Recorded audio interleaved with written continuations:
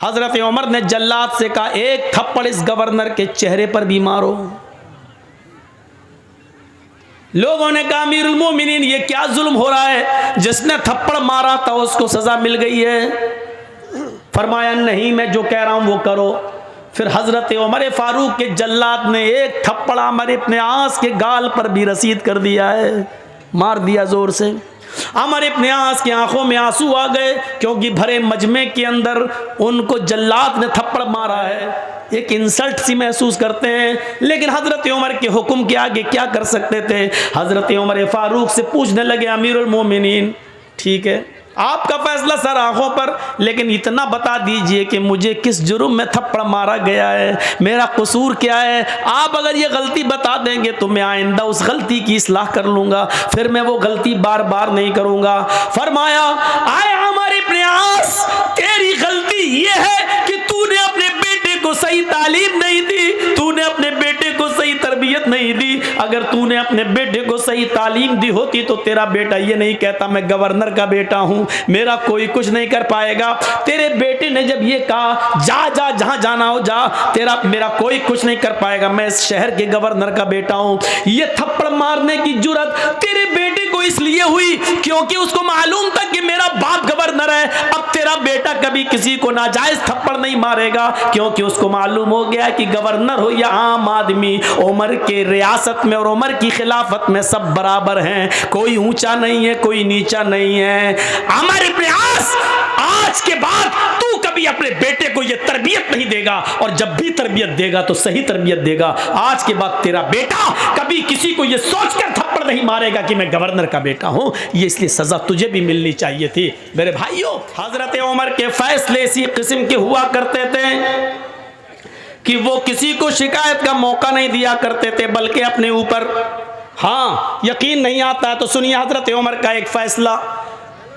एक उमर फारूक के मुल्क शाम के अंदर एक यहूदी बच्चा था, छोटा सा बच्चा था, 13-14 साल उसकी उम्र थी, घोड़ा दौड़ाने में बड़ा माहिर था। उसी बस्ती के अंदर अमर इब्न आस थे। हजरत अमर इब्न आस को गवर्नर बनाकर भेजा गया था।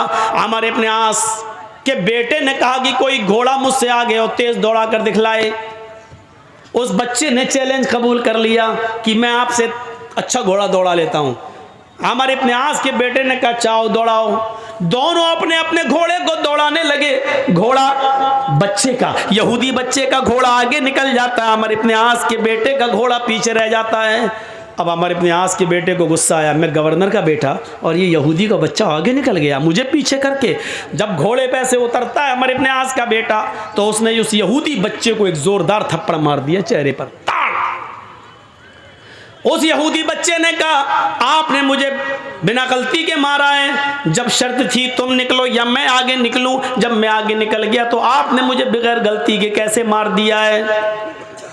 मैं आपकी शिकायत अमर इब्न आस से करूंगा, इस मुल्क के शाम के गवर्नर से करूंगा बस। और सुनो इधर देखो, जब उसने ये कहा कि मैं आपकी शिकायत गवर्नर से करूंगा यहूदी बच्चे ने, तो अमर इब्न आस का बेटा क्या बोला, हाँ जा जा जा कर लेना मेरे बाप से शिकायत। अमर इब्न आस तो मेरा बाप है, जिस गवर्नर से तू शिकायत करने जा रहा है ना वो तो मेरा बाप है, मेरा कोई कुछ नहीं कर पाएगा, मैं इस शहर के गवर्नर का बेटा हूं। वो यहूदी बच्चा चुप हो गया। जब तुम गवर्नर के बेटे हो तो तुम्हारा कौन क्या कर लेगा। हाँ? लखीमपुर खीरी में किसानों के ऊपर वो लड़का गाड़ी चला देता, नहीं चलाया। क्यों? क्योंकि मंत्री का बेटा था। जब उसको इस बात का तकब्बुर है कि मैं मंत्री का बेटा हूं, मेरा कोई कुछ नहीं कर पाएगा, तभी तो उसने गाड़ी चलाई। यही ये अमर इब्न आस का बेटा खामोश हो गया। उसने कहा ठीक है। 1 महीने के बाद हज़रत उमर मुल्क शाम पहुँचे। हज़रत उमर देखते थे किस बस्ती में कहाँ क्या हो रहा, वहाँ के लोगों से पूछते थे कि तुम्हारे यहाँ सारे इंतज़ाम सही है, गवर्नर ठीक काम कर रहा है कि नहीं कर रहा। हर एक की क्लास ली जाती, जैसे यहाँ ममता दीदी आती हैं तो हर एमएलए की क्लास लेती हैं, हाँ क्या तुम क्या सही कर रहे हो, फला कर रहे हो, तो वो दौरा करती हैं हर क्षेत्र का। ऐसे ही कोई डांटती भी है किसी को, फटकारती भी है किसी को। तो ऐसी हजरत उमर दौरा करते थे, दौरा शहरों का, और पूछते थे कि आपको जो गवर्नर दिया वो सही काम कर रहा है कि नहीं कर रहा है। जब उस बच्चे को पता चला आज हजरत उमर आ रहे हैं तो वो भी पहुंच गया। जनता दरबार लगा, लोगों ने अपनी अपनी शिकायतें की, किसी को कोई शिकायत ही नहीं मिली। हजरत उमर ने फरमाया इसका मतलब अमर इब्न आस तुम्हारे दरमियान बिल्कुल सही काम कर रहे हैं, किसी को कोई शिकायत नहीं है। सब ने कहा नहीं, हमें कोई शिकायत नहीं है। पीछे एक बच्चा बैठा था, हाथ जोड़ के खड़ा हो गया, अमीरुल मोमिनीन मुझे शिकायत है। इधर आओ बेटा, इधर आओ। ये नहीं कहा कि सारे लोगों को शिकायत नहीं, तुझे शिकायत है। हमारे यहाँ यही तो होता है ना, सब खामोश, तू ही बोल रहा है, चुप हट। बेटा इधर आओ, इधर आओ। उसको चूमा, उसको बोसा दिया। उस यहूदी बच्चे के माथे पर उन्होंने पेशानी पर बोसा दिया, उसको चूमा और अपनी गोद में बिठा लिया। बेटे डरने की ज़रूरत नहीं है, सच बताओ तुम्हें क्या परेशानी है। कहा अमीरुल मोमिनीन मैं यहूदी हूँ। कहा बेटे मज़हब नहीं पूछ रहा हूँ तुम्हारा क्या है, तुम सिर्फ ये बताओ कि तुम्हें परेशानी क्या है। कहा अमीरुल मोमिनीन अमर इब्न आस का जो शहर के गवर्नर, इनका बेटा मेरे साथ घोड़ा दौड़ा रहा था। कहने लगा कौन आगे निकलता कौन पीछे। हमने घोड़ा दौड़ाना शुरू कर दिया, मेरा घोड़ा आगे निकल गया। इनको गुस्सा आया इनके बेटे को, और इन्होंने आकर मेरे एक चेहरे पर एक जोरदार थप्पड़ मारा। तेरी हिम्मत कैसे पड़ी अपने घोड़े को मुझसे आगे निकालने की। अमीरुल मोमिनीन ने फरमाया बेटे जब उसने तुम्हारे गाल पे थप्पड़ मारा था तो तुमने ये शिकायत अमर इब्न आस से क्यों नहीं की, गवर्नर से क्यों नहीं की। कहा अमीरुल मोमिनीन मैं गवर्नर से शिकायत करने आ रहा था। इनका बेटा कहने लगा जा जा, गवर्नर मेरा क्या कर लेगा, वो तो मेरा बाप है, मैं तो उसी गवर्नर अमर इब्न आस का बेटा हूँ, तुझे जहाँ जाना हो जा, मेरा कोई कुछ नहीं कर पाएगा, मेरा बाप इस शहर का गवर्नर है। हजरत उमर फारूक की आंखों में खून उतर आया। कहा बेटे अब तुम उतरो, हमारी गोद से उतरो। हजरत उमर फारूक ने एक टेढ़ी नज़र अमर इब्न आस की तरफ डाली। हाय अमर, जब अल्लाह ने लोगों को आज़ाद पैदा किया है तो तुम कौन होते हो किसी को गुलाम बनाकर रखने वाले। अमर इब्न आस ने कहा अमीरुल मोमिनीन इसमें मेरी क्या गलती है, न मेरे बेटे ने मुझे कुछ बताया और न इस यहूदी बच्चे ने मुझे कुछ बताया। आज ये फरमान, आज ये बात मैंने सुनी है, अपने बेटे को मैं बुला रहा हूँ। बुलाया, घर से बेटा आया, निकल गया। यहूदी बच्चे के सामने बात हुई और अमर इब्न आस के बेटे ने अपना जुर्म कबूल किया। जी हमने मारा। फरमाया कि अब तुम्हें भी एक थप्पड़ मारा जाएगा। कहा ठीक है मारो। कहा इस यहूदी बच्चे से नहीं। क्यों? उसने पूरी ताकत से मारा, और बच्चा बेचारा कितनी ताकत से मारेगा। फिर भी बच्चे की हाथ की ताकत और इस बड़े लड़के की ताकत में फर्क है, इसलिए मेरा जल्लाद तुम्हारे लड़के को थप्पड़ मारेगा। कहा ठीक है। जल्लाद से कहा एक थप्पड़ जोरदार अमर इब्न आस के बेटे को सबके सामने रसीद करो। उस जल्लाद ने पूरी ताकत से एक थप्पड़ बेटे अमर इब्न आस के बेटे के चेहरे पर थप्पड़ रसीद कर दिया, जोरदार थप्पड़ जड़ दिया। चलो हटो, इंसाफ हो गया। हजरत उमर फारूक ने कहा भी इंसाफ नहीं हुआ। आए अमर इब्न आस अब तुम इधर आओ। हजरत उमर उनके करीब आए। हजरत उमर ने जल्लाद से कहा एक थप्पड़ इस गवर्नर के चेहरे पर भी मारो। लोगों ने कहा अमीरुल मोमिनीन ये क्या जुल्म हो रहा है, जिसने थप्पड़ मारा था उसको सजा मिल गई है। फरमाया नहीं मैं जो कह रहा हूं वो करो। फिर हजरत उमर फारूक के जल्लाद ने एक थप्पड़ अमर इब्न आस के गाल पर भी रसीद कर दिया है, मार दिया जोर से। अमर इब्न आस की आंखों में आंसू आ गए, क्योंकि भरे मजमे के अंदर उनको जल्लाद ने थप्पड़ मारा है, एक इंसल्ट सी महसूस करते हैं। लेकिन हजरत उमर के हुक्म के आगे क्या कर सकते थे। हजरत उमर फारूक से पूछने लगे अमीरुल मोमिनीन ठीक है आपका फैसला सर आंखों पर, लेकिन इतना बता दीजिए कि मुझे किस जुर्म में थप्पड़ मारा गया है, मेरा कसूर क्या है। आप अगर ये गलती बता देंगे तो मैं आइंदा उस गलती की इस्लाह कर लूँगा, फिर मैं वो गलती बार बार नहीं करूँगा। फरमाया आए अमर इब्न आस, तेरी गलती ये है कि तूने अपने बेटे को सही तालीम नहीं दी, तूने अपने बेटे को सही तरबियत तरबियत नहीं दी। अगर तूने अपने बेटे को सही तालीम दी होती तो तेरा बेटा ये नहीं कहता मैं गवर्नर का बेटा हूँ, मेरा कोई कुछ नहीं कर पाएगा। तेरे बेटे ने जब ये कहा जा जा जहाँ जाना हो जा, तेरा मेरा कोई कुछ नहीं कर पाएगा, मैं इस शहर के गवर्नर का बेटा हूँ। ये थप्पड़ मारने की जुर्रत तेरे बेटे को इसलिए हुई क्योंकि उसको मालूम था कि मेरा बाप गवर्नर है। अब तेरा बेटा कभी किसी को नाजायज थप्पड़ नहीं मारेगा क्योंकि उसको मालूम हो गया कि गवर्नर हो या आम आदमी, उमर के रियासत में और उमर की खिलाफत में सब बराबर हैं, कोई ऊंचा नहीं है कोई नीचा नहीं है। अमर इब्न आस, आज के बाद तू कभी अपने बेटे को यह तरबियत नहीं देगा, और जब भी तरबियत देगा तो सही तरबियत देगा। आज के बाद तेरा बेटा कभी किसी को यह सोचकर थप्पड़ नहीं मारेगा कि मैं गवर्नर का बेटा हूं। ये इसलिए सजा तुझे भी मिलनी चाहिए थी। मेरे भाइयों, अदल था, इंसाफ था। और ऐसे ही महात्मा गांधी ने नहीं कहा था, ऐसे ही महात्मा गांधी ने नहीं कहा था कि अगर इस देश में खून खराबा बंद करना चाहते हो, इस देश में खून खराबा रोकना चाहते हो, तो हजरत उमर फारूक के आदल और उमर फारूक के इंसाफ को कायम कर दो। ऐसे ही नहीं कहा था, कुछ तो उन्होंने देखा होगा। उमर फारूक का आदल, उमर फारूक का इंसाफ, ये इंसाफ था उमर फारूक का, इंसानियत थी ये। हजरत उमर फारूक के अंदर ना अमीर ना गरीब, खुद उन्होंने अपने बेटे को सजा दी। जानते हो, इसी मुल्क के शाम के अंदर उनका बेटा रहता था और उसने खजूर के सड़ जाने के बाद जब वो नबीज़ बन गई और उसमें नशा आ गया, तो हज़रत उमर फारूक के बेटे ने वो पी लिया था। और पीने के बाद उनको नशा आ गया। उन्होंने कहा ये तो गलत हुआ मेरे साथ, मैं समझा कि सही है लेकिन नशा आ गया इसके अंदर, तो खजूर सड़ गई, नबीज़ बन गई। आमिर इब्न आस के पास गए उमर फारूक के बेटे और कहने लगे कि मैंने नशे वाली चीज़ इस्तेमाल कर ली है, लिहाजा मुझे सज़ा दे दो। हज़रत आमिर इब्न आस ने उमर फारूक के बेटे को खड़ा करके 40 कोड़े पड़वा दिए। याद रखना कितने? 40। मदीने में जब उमर फारूक को पता चला कि शाम के अंदर मेरे बेटे ने नबीज़ पी ली और उसको नशा आ गया था, और आमिर इब्न आस ने उनको 40 कोड़े मार दिए, लेकिन उनको यकीन नहीं आया। उन्होंने अपना घोड़ा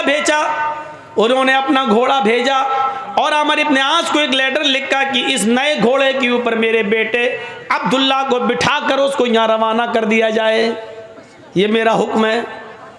लिहाजा जब ये घोड़ा मुल्क शाम पहुँचता है तो इस घोड़े के ऊपर बैठकर आमिर इब्न आस ने उनके बेटे यानी उमर फारूक के बेटे को मुल्क मदीने के अंदर रवाना कर दिया।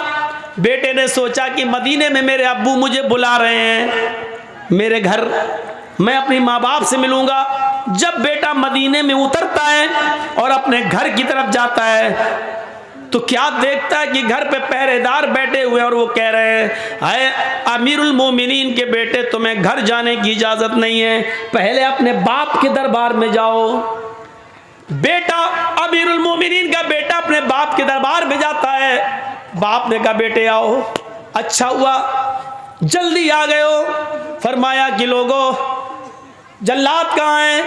जल्लाद बैठे हुए थे। फरमाया मेरे बेटे को यहीं सामने खड़ा कर दो, मैदान के अंदर खड़ा कर दो। फिर कहा मेरे बेटे को 40 कोड़े अब मारो, और एक जल्लाद 10 कोड़े मारेगा और हट जाएगा। फिर दूसरा जल्लाद आएगा, वो 10 कोड़े मारेगा, हट जाएगा। फिर तीसरा जल्लाद आएगा, वो 10 कोड़े मारेगा, हट जाएगा। फिर चौथा जल्लाद आएगा, फिर वो 10 कोड़े मारेगा और फिर वो भी हट जाएगा, क्योंकि जोर जोर से कोड़े पड़ेंगे तो एक जल्लाद 10 कोड़े मारने के बाद थक जाएगा, फिर वो उतनी जोर से नहीं मार पाएगा जितनी जोर से मारना चाहिए, इसलिए 10 के बाद दूसरा मारेगा ताकि कोड़ों की सख्ती में कमी ना आने पाए, उसकी शिद्दत में कमी ना आने पाए।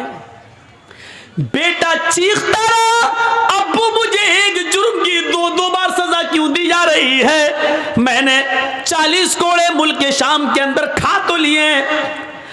अल्लाह के रसूल का फरमान तो यही है, अगर कोई शराब पी ले तो उसको 40 कोड़े मारे जाएं।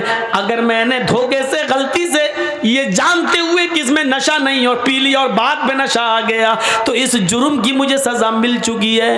हजरत अमर ने कुछ नहीं कहा, बेटे पहले 40 कोड़े खाओ, उसके बाद में मैं तुम्हारी सुनूंगा। जब 40 कोड़े पूरी ताकत से पड़ चुके उसके बाद अमर हजरत उमर फारूक का बेटा बैठ गया, इसलिए कि अब उसके जिस्म में इतनी ताकत न रही कि वो अपने पैरों के बल उठकर अपने घर जा सके। हजरत उमर ने उसको घर पहुंचाने का इंतजाम किया, ठेला वेला मंगवाया, उस जमाने की जो गाड़ियां चलती थी उस गाड़ी को बुलवाया और उस पर बिठाया। बेटे ने कहा, अब्बू जान आपने जो किया होगा वो अच्छा ही किया होगा, लेकिन इतना मुझे पता है कि आपने आज मेरे साथ अच्छा नहीं किया है, क्योंकि जिस जुर्म की सजा मैं पा चुका था मुझे दोबारा उस जुर्म की सजा क्यों मिली है। हजरत उमर ने कहा, नहीं आए मेरे बेटे, मैंने इसलिए तुझे ये 40 कोड़े मारे हैं कि जब मैंने सुना कि तूने नशा जाने के बाद नबीज पी ली, फिर मैंने ये सुना कि अमर इब्ने आस ने तुझे 40 कोड़े पड़वाए, 40 कोड़े लगवाए, तो मैं समझ गया अमर इब्ने आस ने तुम्हारी पीठ पर जो कोड़े बरसाए वो सजा तो तुम्हें दी गई लोगों को दिखाने के लिए, लेकिन मैं जानता था शायद अमर इब्ने आस ने तुम्हारे साथ रियायत बरती हो। जितनी जोर से कोड़े मारना चाहिए उतनी जोर से कोड़े तुम्हारी पीठ पर न बरसवाए हो, इसलिए कि तुम उमर के बेटे हो, इसलिए कि तुम अमीरुल मोमिनीन के लख्ते जिगर हो, इसलिए कि तुम हजरत उमर फारूक के साहिबजादे हो। ये सोच कर शायद अमर इब्ने आस ने जल्लाद से कह दिया हो कि बेटे की आहिस्ता आहिस्ता मारो, इतना ना मारो कि खून टपकने लगे।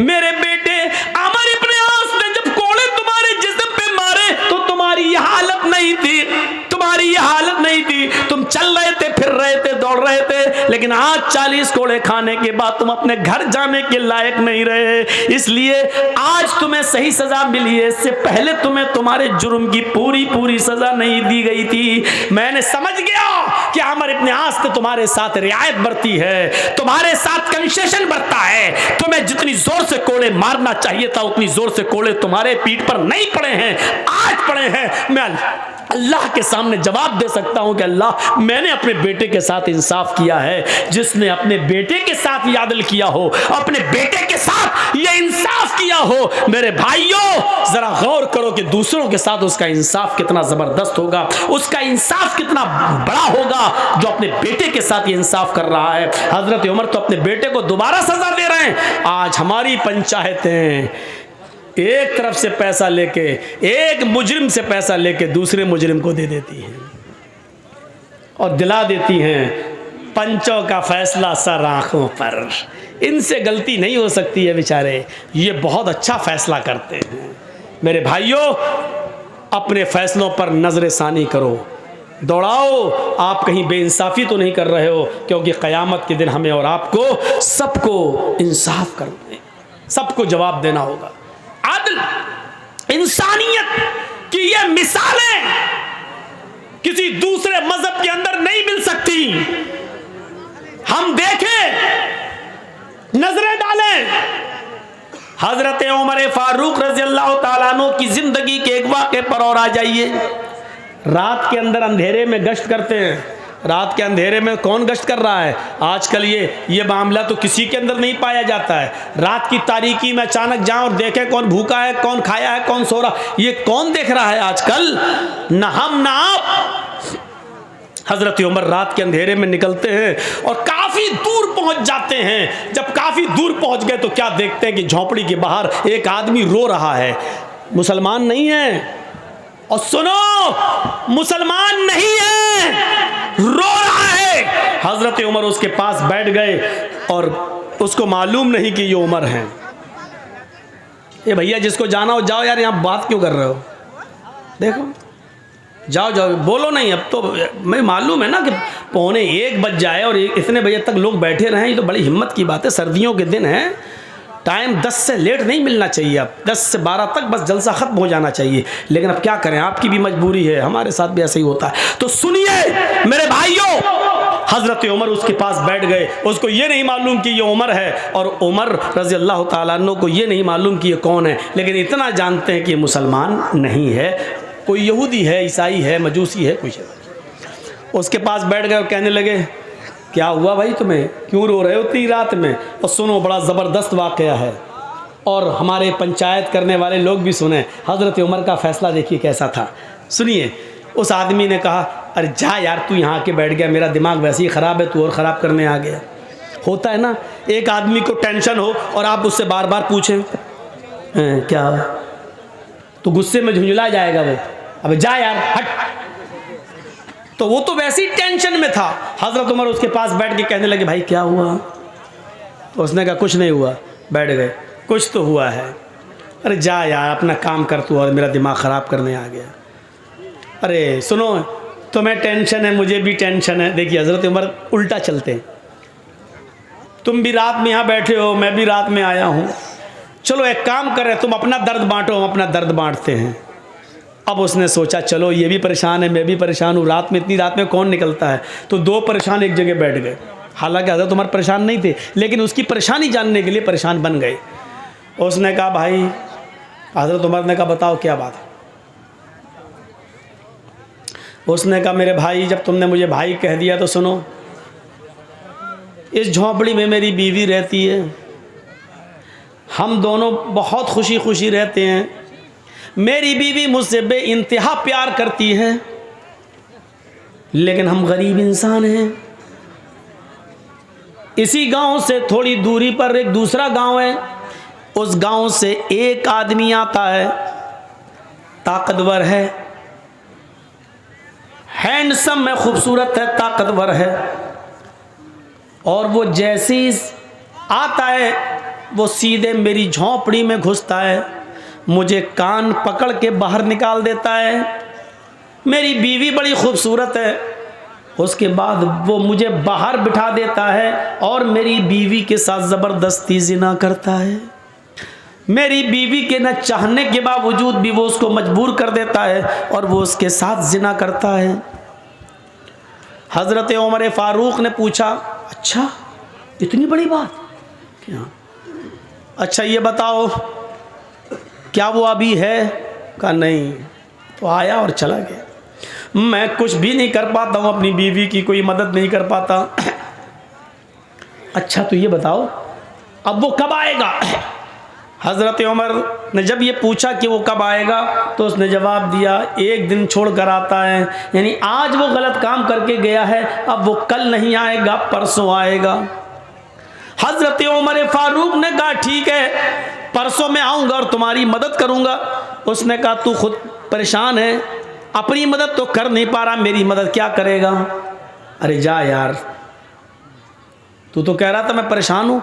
कहा मैं परेशान हूँ, मैं भी परेशान हूँ, परेशान ना होता तो मैं रात में क्यों निकलता, लेकिन मेरी परेशानी इतनी बड़ी है कि आए मेरे भाई, हज़रत उमर कहते हैं आए मेरे भाई, जब तू खुद परेशान है तो मेरी परेशानी को तू कैसे दूर करेगा, लेकिन मैं तेरी परसों मदद करूँगा।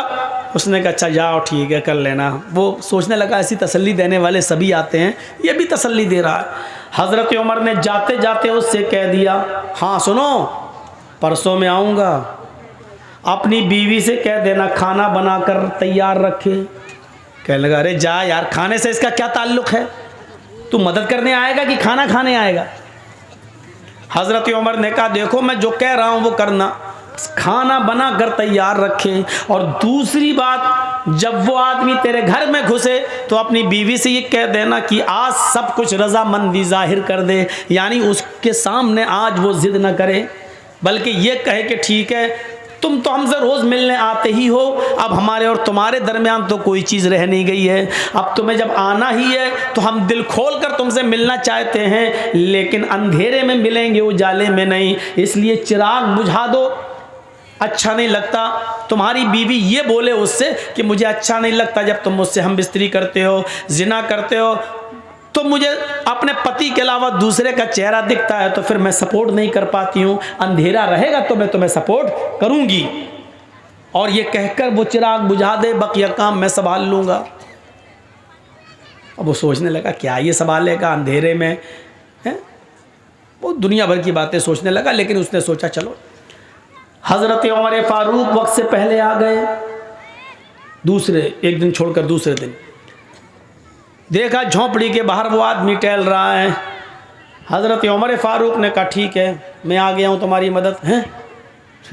उसको पता ही नहीं कि क्या करेंगे, झोंपड़ी के पीछे छिप जाते हैं और उस आदमी से कहते हैं कि तुम अपनी बीवी के पास जाओ, वो आएगा तो तुम्हें खुद ही कान पकड़ के बाहर निकालेगा।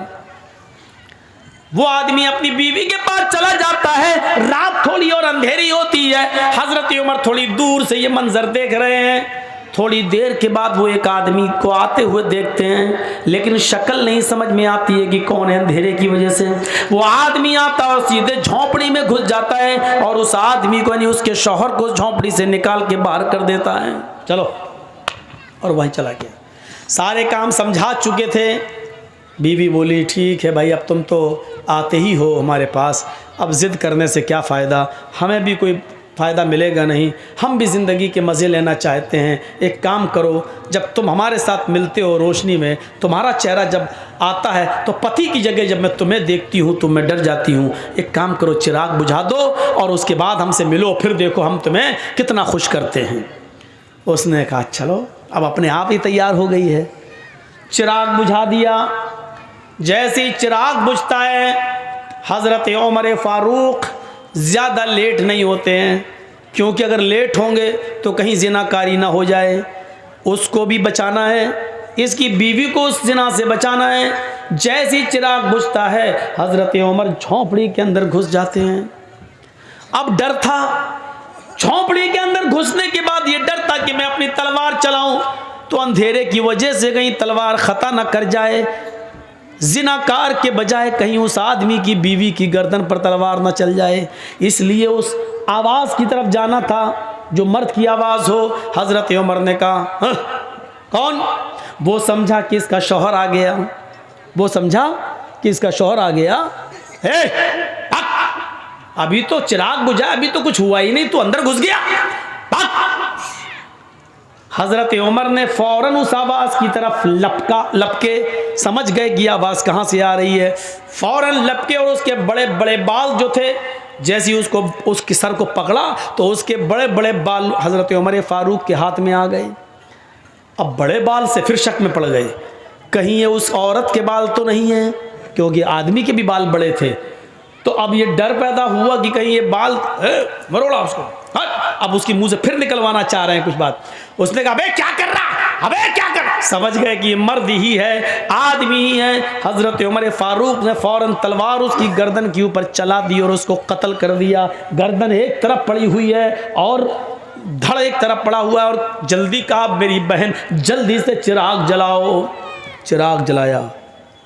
चिराग जैसे ही जला, रोशनी हुई, गर्दन एक तरफ देखी, धड़ एक तरफ देखा, नजरें आसमान पे डालते हज़रत उमर और कहते हैं अल्हम्दुलिल्लाहि रब्बिल आलमीन। मेरी बहन खाना बना कर रखा था कि नहीं? उसने कहा जी भाई खाना है। फरमाया जल्दी लाओ। खाना दस्तरखान पर लग जाता है। उस आदमी की खोपड़ी पड़ी हुई है, खून पड़ा हुआ है, और वहीं पर बैठकर हज़रत उमर पेट भर के खाना खाते हैं, पेट भर के खाना खाते हैं। वो आदमी बार बार देख रहा है, लाश के पास बैठ के खाना खा रहा है। और जब खाना खा चुके तो चलने लगे। उस आदमी ने पीछे से पकड़ा, भैया कहाँ जा रहे हो? कहा जा रहा हूँ अपने घर। ये लाश? कहा लाश क्या, उसका तो काम हो गया। कहा अगर इस मुल्क के अमीरुल मोमिनीन को उमर फारूक को अगर पता चला और सुबह चर्चा हुआ कि इस घर में लाश निकली, तो कहीं ऐसा न हो कि इसके कत्ल के इल्ज़ाम में मेरी गर्दन उड़वा दें। तुम उमर का इंसाफ नहीं जानते हो। हज़रत उमर मुस्कुराते हैं और कहते हैं तुम्हें डरने की ज़रूरत नहीं है। कल सुबह मेरे ही दरबार खिलाफत से कुछ लोग आएंगे, अभी आएंगे थोड़ी देर के बाद, और इसकी डेड बॉडी को उठाकर ले जाएंगे। उसको सीने हीने के बाद जाकर कब्र में दफन कर देंगे। तुम्हें कुछ करने की ज़रूरत नहीं है। हैं भैया तुम हो कौन? कहा मैं ही अमीरुल मोमिनीन हूँ, मैं उमर हूँ, और मैं उस दिन तुम्हारी दास्तान सुनने के बाद बहुत परेशान हुआ। बस ठीक है मैं जा रहा हूँ। उसने कहा अमीरुल मोमिनीन 2-3 सवालों के क्या आप मुझे जवाब देना पसंद करेंगे? फरमाया बताओ क्या है, बताओ क्या है।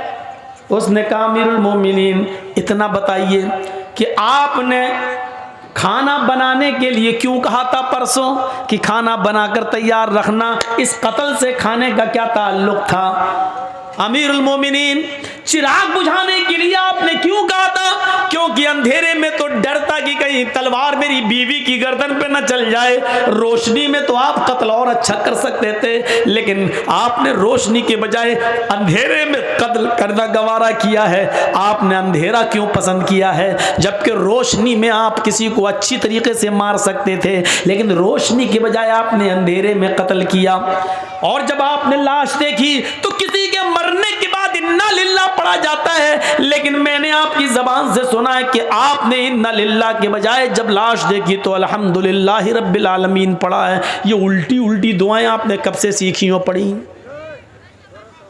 उसने आहा, हजरत उमर का जवाब सुनो, क्या जवाब था। हजरत उमर फरमाते हैं आए मेरे भाई, जब तूने मुझे अपनी दास्तान सुनाई और तूने कहा कि मैं भूखा हूं, खाना नहीं खाता, इसलिए कि मैं अपनी बीवी की मदद नहीं कर सकता, जब तक मैं अपनी बीवी को जुल्म से बचा न लूं मैं खाना नहीं खाऊंगा। जब तूने मुझसे ये बात कही तो उस वक्त मैंने दिल में सोचा उमर तू कितना बदनसीब है, तू कितना मतलब परस्त है। तेरे खिलाफत के ज़माने में, तेरे दरबारी खिलाफत में, तेरे दौरे खिलाफत में एक गरीब आदमी की बीवी के ऊपर जुल्म हो रहा है और तू बिस्तर पर चादर ओढ़ के सोता रहता है। कल कयामत के दिन तुझे जवाब देना होगा।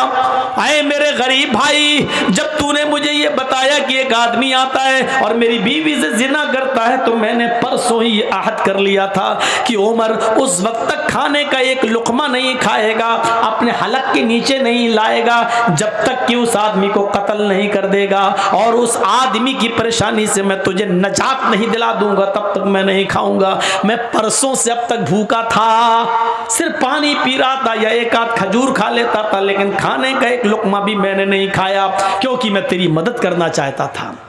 इसलिए मैंने कहा था कि खाना बना कर रखना। आज इस आदमी के सामने मैंने खाया खाना, इसलिए कि मैं 2 दिन से भूखा था और आज मैंने पेट भर के खाना खाया। अच्छा ठीक है, लेकिन अंधेरे में कत्ल क्यों किया? कहा जब तूने मुझे बताया एक आदमी आता है, हट्टा खट्टा है, हैंडसम है, तंदुरुस्त है, और वो मेरी बीवी से जिना करता है, तो मेरे दिल में ये ख्याल आया अरे उमर, हट्टा खट्टा नौजवान कोई आता और इसकी बीवी से जिना करता है, उसको मालूम है कि उमर की हुकूमत है और उमर बहुत ज़बरदस्त इंसाफ करते हैं, इसके बावजूद उसको डर नहीं कहीं ऐसा तो नहीं कि वो उमर का बेटा हो या उमर का भतीजा हो या उमर का कोई रिश्तेदार हो। मैंने ये सोचा इतना गंदा काम इतनी बहादुरी के साथ रात के अंधेरे में अगर कोई कर रहा है तो उसका उमर के रिश्तेदारी से कोई ताल्लुक तो नहीं है। इसलिए मैंने कहा चिराग बुझा देना, क्योंकि जब मुझे डर पैदा हुआ कि वो मेरा बेटा भी हो सकता है, मेरा भतीजा भी हो सकता है, मेरा रिश्तेदार भी हो सकता है, मैं छिप गया और मैं अल्लाह से ये दुआ करता था कि अल्लाह इस काम में मेरा बेटा शामिल ना हो, आए अल्लाह इस काम में मेरा भतीजा या मेरा कोई रिश्तेदार शामिल ना हो, क्योंकि आज जो भी होगा उसकी गर्दन उड़ाई जाएगी, आज जो भी होगा उसकी गर्दन कटेगी। आए अल्लाह मुझे शर्म से बचा ले, मेरे और मेरे खानदान का नाम गिरना नहीं चाहिए। मैं परसों से ही दुआ कर रहा था, जब वो आदमी झोंपड़ी के अंदर घुसा उस वक्त तक मुझे लगा कि ये मेरा ही कोई रिश्तेदार है।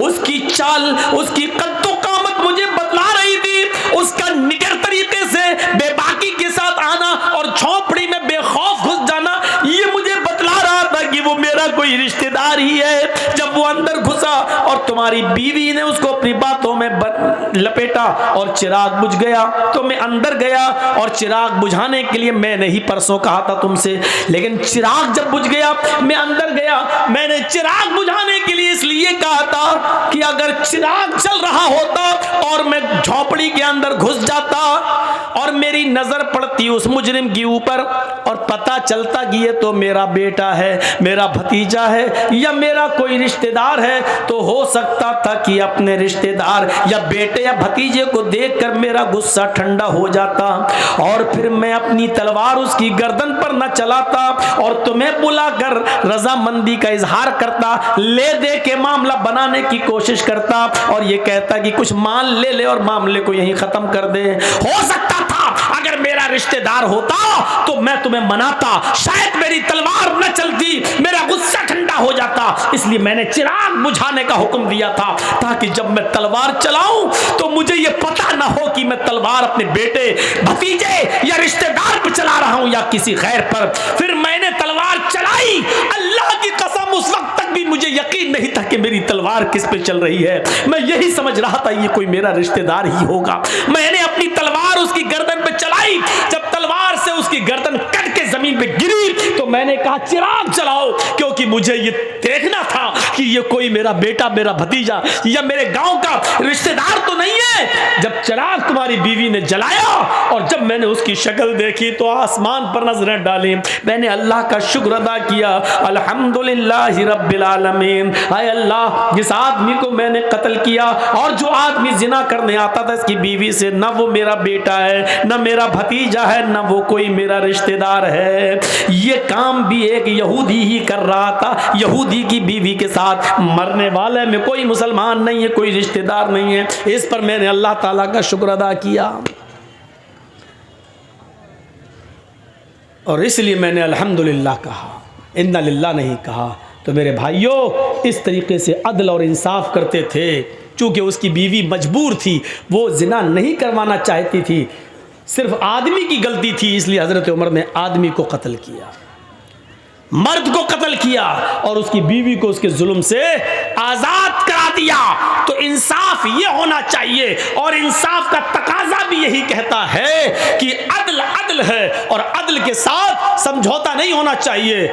आदमी, चार आदमी इधर से बैठे, चार आदमी इधर से बैठे, अब रिश्तेदारी का मुंह देखा जा रहा। ऐसी बात कि सांप भी मर जाए और लाठी भी न टूटे। मौलाना साहब ऐसा रास्ता निकालिए बीच वाला कि काम बन जाए। नहीं, इस्लाम की दृष्टि में ये नहीं, जुर्म को जुर्म कहो, इंसाफ और अमन को अमन कहो, अदल को अदल कहो, सच को सच कहो और झूठ को झूठ कहो। यही इस्लाम सिखाता है, यही इस्लाम की दावत है और यही इस्लाम कहता है कि वो कोई भी हो और किसी भी धर्म का मानने वाला हो, इंसानियत का दामन आपके हाथ से नहीं छूटना चाहिए, अदल होना चाहिए, इंसाफ होना चाहिए। और यही सब मजहब की तालीम है, सारे धर्म की यही तालीम है। मेरे भाइयों, इस्लाम चूंकि सब धर्मों से में आला है, अफजल है, इसलिए इस्लाम ने सबसे ज्यादा इंसानियत को फरोग दिया है। इंसानियत को यहां तक कहा है कि अगर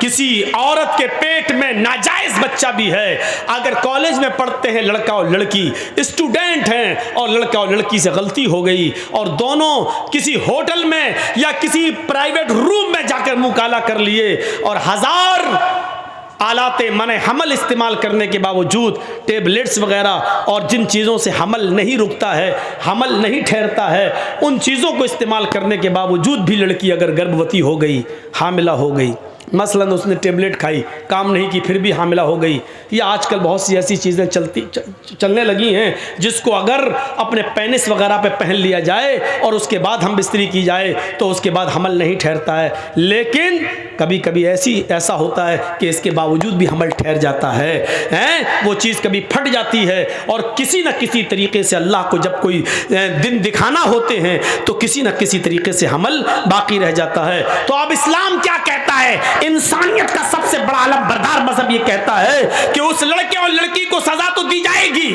उन्होंने जुर्म किया है, उनको सजा तो मिलेगी, जाएगी। लेकिन लड़की के पेट में अगर हमल है तो लड़के को पहले सजा दे दो, लेकिन लड़की को उतने दिन के लिए मुलतवी कर दो जब तक कि उसके पेट का बच्चा बाहर ना आ जाए।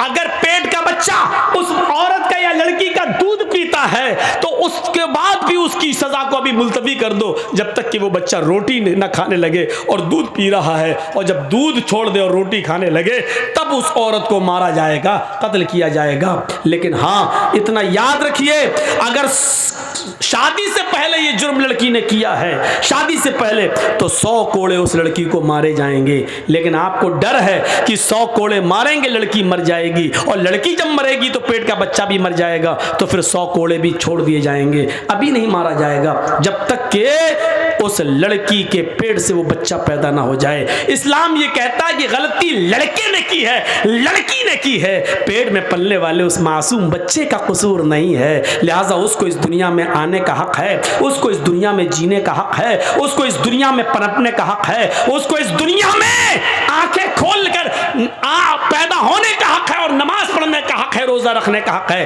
अगरचे उसका बाप नाजायज है, उसकी मां नाजायज है, लेकिन जब वो बच्चा बाहर पैदा होगा तो उसकी नमाज जायज मानी जाएगी, उसके रोजे जायज माने जाएंगे, और वो जब शादी करेगा तो उसका निकाह जायज माना जाएगा। मेरे भाइयों, ये इस्लाम किसी मासूम को सजा नहीं देता है, किसी ऐसे शख्स को जिसका कोई कसूर ही ना हो उसको सजा नहीं देता है। ये इस्लाम है जो सबको एक बाप और एक मां का बेटा मानता है और ये कहता है कि आओ। ये इस्लाम है जो दूसरों से भी ये कहता है कि हमारा और तुम्हारा कलमा एक ही है। कुल या अहलल किताबि तालौ इला कलिमतिन सवाइम बैनना व बैनकुम अल्ला नअबुद इल्लल्लाह। आए अहले किताब, आए वो लोगों जिनको आसमानी किताब दी गई, तौरात, ज़बूर, इंजील, यानी आए यहूदियों, आए ईसाइयों, आए आसमानी किताब वालों, आओ एक ऐसे मूल मंत्र की तरफ, आओ एक ऐसे कलमे की तरफ जो हमारे और तुम्हारे दरमियान समान है, हमारे और तुम्हारे दरमियान बराबर है। तुम्हारा भी वही कलमा है, हमारा भी वही कलमा है, तुम्हारा भी वही रब है, हमारा भी वही रब है। हमारे और तुम्हारे दरमियान ये शिक्षा, ये तालीम आम है, अल्लाह नाबुद इल्लल्लाह, कि हम अल्लाह के अलावा किसी की इबादत नहीं करेंगे। इसको तुम भी मानते हो, हम भी मानते हैं। हमारा और तुम्हारा जब कलमा एक है, हमारा तुम्हारा जब माबूद एक है, तो झगड़े किस बात के हैं, लड़ाई किस बात की है। आओ एक ऐसे कलमे की तरफ जो हमारे और तुम्हारे दरमियान बराबर है। इंसानियत का इससे बड़ा सबूत और कौन सा मजहब देगा। फरमाया, रास्ते से तुम गुजर रहे हो और रास्ते में कोई तकलीफ देने वाली चीज पड़ी हुई है, केले का छिलका पड़ा हुआ है, कोई पत्थर पड़ा हुआ है, और आप साइकिल से या मोटरसाइकिल से या अपनी 4 व्हीलर से जा रहे हैं और आपकी नजर पड़ गई केले के छिलके पर या कुछ कांटों पर या किसी पत्थर पर, तो आप अपनी तेज स्पीड गाड़ी को रोक दीजिए, एक साइड में लगा दीजिए, और रास्ते में वो जो तकलीफ दे चीज पड़ी हुई है उस तकलीफ दे चीज को उठाकर फेंक दीजिए, ताकि कोई बूढ़ा इस केले के छिलके पर पैर रखकर फिसल न जाए, कोई बच्चा इस केले के छिलके पर पैर रखकर फिसल न जाए, कोई औरत नकाब लगाकर चेहरा छिपाकर जा रही है, ऐसा ना हो कि उसका पैर इस छिलके पे पड़े, कहीं वो फिसल न जाए, कहीं वो उसके कूल्हे में और उसकी कमर में चोट न लग जाए, वो गिर न जाए। इसलिए इमाततुल अज़ान तरीक़, रास्ते से तकलीफ देने वाली चीज को उठाकर फेंक देना, ये ईमान का एक हिस्सा है। अल ईमानु बिज़उ व सबऊन शुअबतन फअफ़ज़लुहा क़ौलु ला इलाहा इल्लल्लाह व अदनाहा इमाततुल अज़ान तरीक़। ये है बुखारी शरीफ की हदीस के अल्फाज कि अल्लाह के नबी ने फरमाया, ईमान की 70 से ज्यादा ब्रांचेज है, ईमान की 70 से ज्यादा शाखाएं हैं। फअफ़ज़लुहा क़ौलु ला इलाहा इल्लल्लाह, सर्वश्रेष्ठ ईमान की ब्रांच, सबसे अफजल ईमान की शाख क्या है? ला इलाहा इल्लल्लाह। इस बात का इकरार करना कि अल्लाह के अलावा कोई माबूद नहीं। वह अदनाहा, और सबसे हल्के दर्जे का ईमान क्या है? ईमान का सबसे हल्का दर्जा क्या है? इमाततुल अज़ा अनित तरीक़, रास्ते से तकलीफ दे चीज़ को उठाकर फेंक देना, बाहर कर देना। ये नहीं देखना कि इस पे हिंदू गुजरेगा मरे, हमको क्या है, इस पे ईसाई जाएगा वो गिरेगा, हमको क्या। पूरी बस्ती में हिंदू रहते हैं, ईसाई रहते हैं, यहूदी रहते हैं, सिख रहते हैं और जैनी रहते हैं। ये बस्ती मुसलमानों की थोड़ी है। इस केले के छिलके से या पत्थर से टकराकर कोई हिंदू का मुंह फूटेगा, कोई ईसाई का फूटेगा, मेरे बाप का क्या जा रहा है, मरने दो कमीनों को। ये सोचकर आप उस केले के छिलके को पड़ा हुआ नहीं छोड़ सकते हैं। ये सोचकर आप उस पत्थर को पड़ा हुआ छोड़कर नहीं जा सकते हैं। आपका ईमान तकाजा करता है, आपके अंदर का इस्लाम आपसे मुतालबा करता है कि आप इस पत्थर को, इस केले के छिलके को उठाकर फेंकिए, अगर इंसानियत तुम्हारे अंदर है। क्योंकि जरूरी नहीं कि मुसलमान ही को तकलीफ से बचाया जाए, इंसान को तकलीफ से बचाना है। ये इंसानियत है जो इस्लाम सिखाता है। कहाँ है हमारे अंदर की इंसानियत? मर चुकी है। एक मुसलमान तो वो होता है, इस्लाम की तालीम तो ये है, अल मुस्लिम अखुल मुस्लिम, मुसलमान मुसलमान का भाई है, ठीक है। लेकिन कुरान की वो आयत जो मैंने अभी आपके सामने पढ़ी है, उसमें सबको एक ही बाप और एक ही माँ की औलाद बताया है। तो इसको हमें सोचना चाहिए कि एक खानदान से तशबीह दी है, एक खानदान से तशबीह दी है। इस्लाम लाने के बाद फिर कोई ऊंचा और नीचा होता ही नहीं है, फिर कोई छोटा और बड़ा होता ही नहीं है। जिसने इस्लाम कबूल कर लिया वो आपकी सफ में आकर खड़ा हो गया है। अब कोई अमीर नहीं, कोई गरीब नहीं। अमीरी और गरीबी आपके घर में चलेगी, अमीरी और गरीबी आपके स्टेज पर चलेगी, लेकिन मेरे घर में आना है तो सबको एक ही नियत और एक ही इरादे से आना है कि सब आपस में भाई भाई हैं, कोई बड़ा और कोई छोटा नहीं। और देख लीजिए, जब मस्जिद में नमाज होती है, पहली सफ भर गई है और मौलाना जर्जी साहब बाद में आ रहे हैं, 2 मिनट रह गए जमात खड़ी होने में, लेकिन पहली सफ में जगह नहीं मिल रही है, दूसरी सफ में जगह नहीं मिल रही है, तीसरी सफ खाली है, तो तीसरी सफ में ही वो नमाज़ पढ़ेंगे। जर्जी साहब बहुत पावरफुल आदमी हैं, बाइज्जत आदमी हैं, लेकिन वो अगर ये चाहें कि अगली सफ से किसी गरीब इंसान को उठाकर पीछे खड़ा कर दें, तो जर्जीस के बाप के अंदर भी ये ताकत नहीं है। एक रिक्शा चलाने वाला, एक ई रिक्शा चलाने वाला, एक टोटो चलाने वाला अगर आगे बैठा है तो उसको आगे ही नमाज पढ़ना है, उसको उठाकर आप पीछे खड़ा नहीं कर सकते हैं। अमीर हैं आप, अपने घर के रहिए, पैसा है आपके पास, आप अपने घर में खर्च करिए, अपने बीवी बच्चों पर खर्च करिए, अपने घर में दिखाइए ये चौधराहट। मेरे घर में आए हो तो मेरे घर के अंदर तुम्हें जहाँ जगह मिल रही है वहीं, किसी को हटा नहीं सकते हो, क्योंकि वो भी मेरा बंदा है जो पहले आया है, और तुम भी मेरे बंदे हो जो बाद में आए हो। पहले जो आया उसको पहले सफ में जगह मिली है, बाद में आए हो तुम्हें बाद में जगह मिली है। मेरे भाइयों, ये इस्लाम की शिक्षा है, ये इस्लाम की तालीम है। हज़रत उमर फारूक यरूशलेम की तरफ सफ़र कर रहे हैं, बैतुल मक़दिस फतह कर लिया जाता है, बैतुल मक़दिस फतह कर लिया जाता है, बैतुल मुक़द्दस को आज़ाद कर लिया जाता है। लोगों ने उनको बुलाया, अमीरुल मोमिनीन आइए, एक बार आप बैतुल मुक़द्दस में आ जाइए और देख लीजिए, और बैतुल मक़दिस का निज़ाम बना जाइए, 2 रकात नमाज पढ़ा दीजिए। हज़रत उमर को बड़ी खुशी हुई कि आज बैतुल मक़दिस को आज़ाद कर लिया गया है। हज़रत उमर फारूक बैतुल मुक़द्दस की तरफ जा रहे हैं अपने चंद साथियों के साथ। रास्ते में यरूशलेम पड़ता है। जब यरूशलेम से गुज़र रहे थे तो वहाँ ईसाइयों की एक बस्ती थी, उस ईसाइयों की एक बस्ती से गुजर रहे थे, वहीं अजान का वक्त हो जाता है।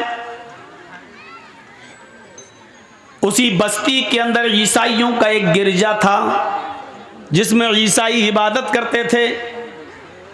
हजरत उमर फारूक के एक साथी ने आजान दी। हजरत उमर फारूक रज़ियल्लाहु ताला अन्हु के एक साथी ने जब आजान दी तो हजरत उमर फारूक ने सारे सहाबा से कहा तुम वजू बना लो।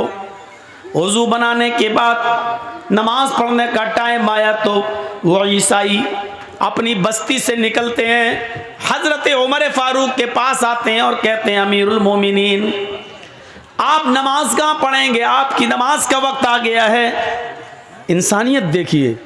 हजरत उमर फारूक ने कहा इसी जंगल में, इसी बस्ती में हम नमाज पढ़ लेंगे, चादरें बिछाएंगे और यहीं नमाज पढ़ लेंगे।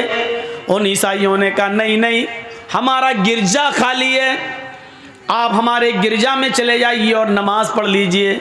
अमीरुल मोमिनीन आपके अकीदे के मुताबिक जहाँ मूर्ति होती है वहाँ नमाज नहीं होती है, लिहाजा मेरे गिरजा में मूर्ति नहीं है। हमने ईसा अलैहिस्सलाम का मुजस्समा, उनका स्टैच्यू, उनकी मूर्ति हमने हटा दी है। आप चाहिए, मैंने गिरजा को पानी से धो दिया है, मैंने उसको पाक साफ कर दिया है, आप उस गिरजा में जाकर नमाज पढ़ लीजिए। आपको कौन यहाँ हमेशा रहना है, एक टाइम की नमाज पढ़ना और आगे निकल जाना, बैतुल मक़दिस की तरफ चले जाना है, जाइए नमाज पढ़ लीजिए। हज़रत उमर फारूक ने लोगों से कहा बेचारा अगर ये कुर्बानी दे रहा है तो इस जगह से बेहतर है कि हम किसी बंद जगह पर नमाज पढ़ लेते हैं, चलिए। हज़रत उमर अपने साथियों को लेकर गिरजा में घुस गए। चारों तरफ देखा, कोई ऐसी चीज़ नहीं थी कि जिस चीज़ की मौजूदगी में नमाज न हो, कोई चीज़ नहीं थी। हाँ ठीक है, सब चीज़ें ओके हैं, नमाज हमारी हो जाएगी, तुम्हारी इजाज़त भी है। जैसे सरकार अगर किसी ज़मीन पर नमाज पढ़ने की इजाज़त दे रही है तो वहाँ हमारी नमाज हो जाएगी क्योंकि सरकार की परमिशन है। अगर किसी आदमी की जगह है और उसकी परमिशन नहीं है तो आप वहाँ नमाज नहीं पढ़ सकते। जब ईसाइयों ने परमिशन दे दी आप हमारे गिरजा में नमाज पढ़ लीजिए तो नमाज हो जाएगी। हज़रत उमर फारूक उस गिरजा में घुसते हैं, सफ़ें लगा लेते हैं, चटाइयाँ बिछ जाती हैं, सफ़ें लग जाती हैं। जब नमाज पढ़ाने का वक्त आता है, इक़ामत कही जाती है, अल्लाहु अकबर अल्लाहु अकबर, अशहदु अल्ला इलाहा इल्लल्लाह, अशहदु अन्न मुहम्मदर रसूलुल्लाह, हय्या अलस सलाह हय्या अलल फलाह, क़द क़ामतिस सलातु क़द क़ामतिस सलाह, अल्लाहु अकबर ला इलाहा इल्लल्लाह। जब इस तरीके के इक़ामत जब कह दी जाती है, हज़रत उमर फ़ारूक क़िबले की तरफ चेहरा करके अल्लाहु अकबर कहने वाले हैं, नमाज के लिए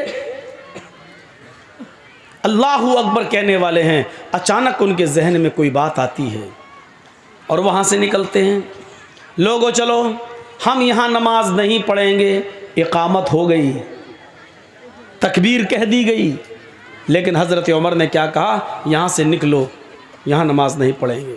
लोगों ने कहा जब पढ़ना ही नहीं थी तो आए क्यों, कहा बाद में बताऊँगा, चलो बाहर निकले।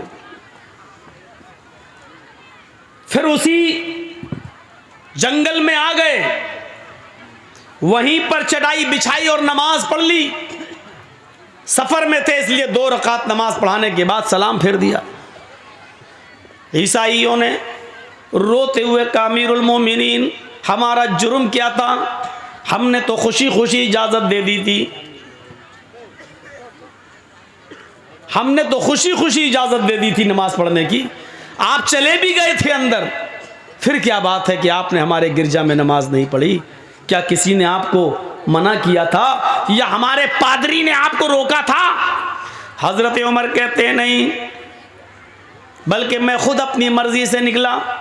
कहा क्यों, क्या हमारी इजाज़त नहीं थी या हमारे गिरजा में आपकी नमाज नहीं होती? आपके अकीदे के मुताबिक ज़मीन पाक होना चाहिए थी, मैंने धो दिया था गिरजा। आपके अकीदे के मुताबिक उसमें मूर्ति नहीं होनी चाहिए थी, मैंने मूर्ति हटा रखी थी, फिर उसमें आपकी नमाज क्यों नहीं होती?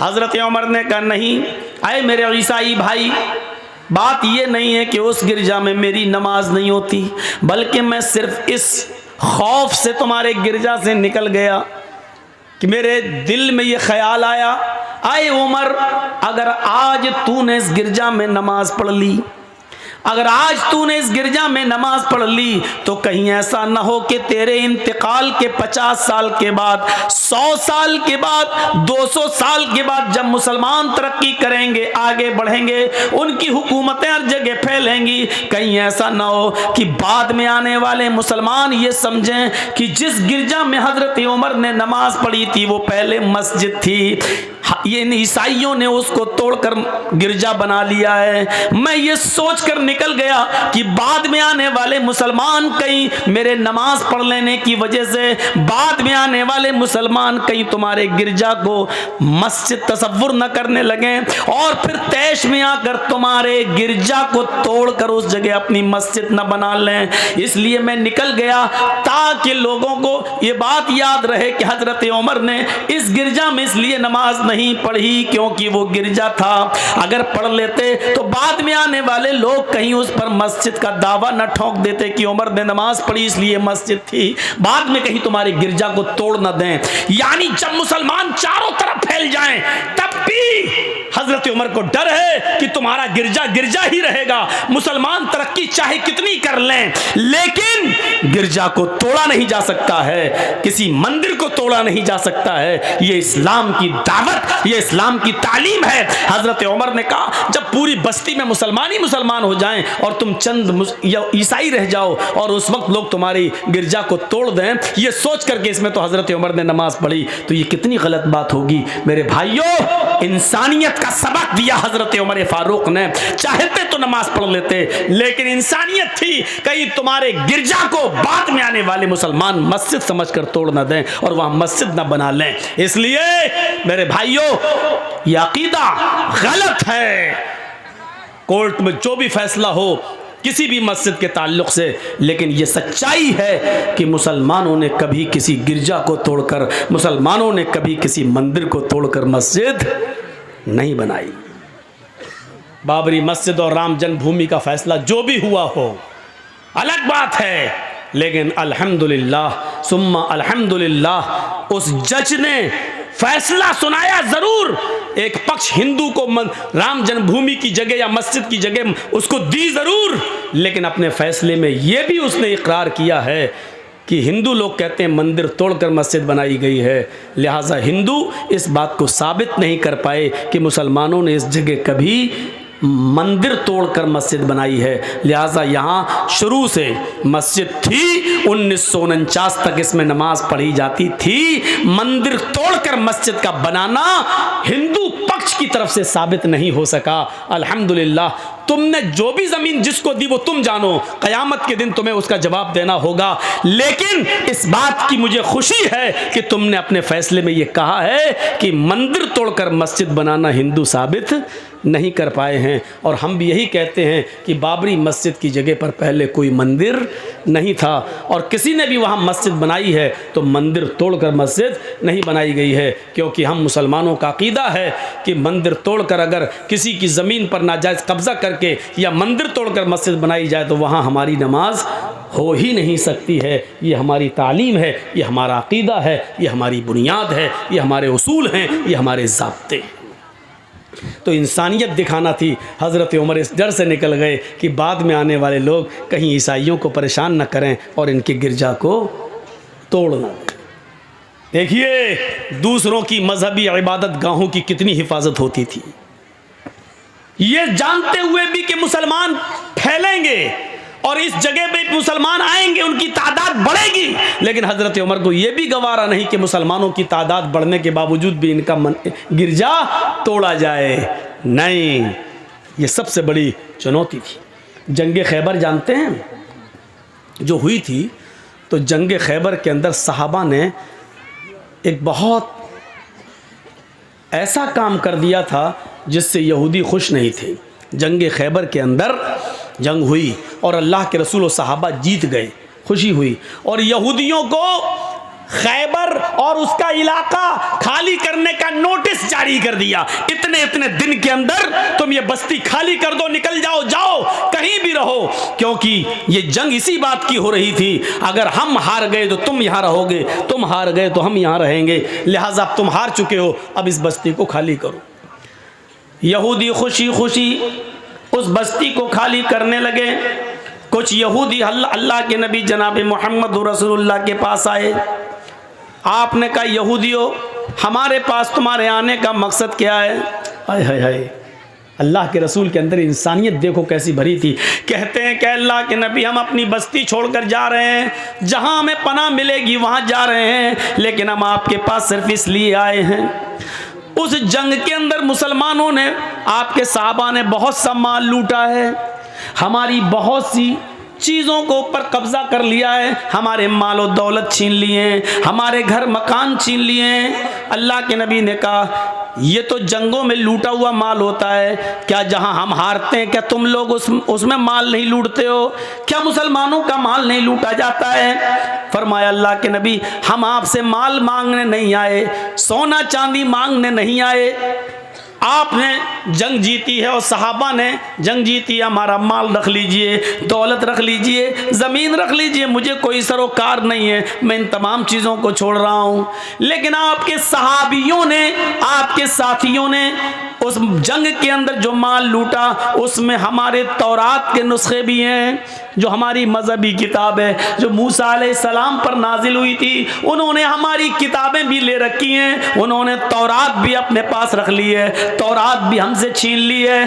तो घर का जब सारा सामान लूटा गया तो उसमें हमारे घर की किताबें, तौरात जो हम आसमानी किताब मानते जो मूसा पर नाजिल हुई, इन्होंने हमारी उन किताबों को, उस तौरात को भी ले रखा है। हम चाहते हैं कि हमें हमारी किताब मिल जाए, हम चाहते हैं कि हमें हमारी तौरात मिल जाए, ताकि हम जिस जगह भी जाएं तो हम तौरात की तिलावत कर सकें।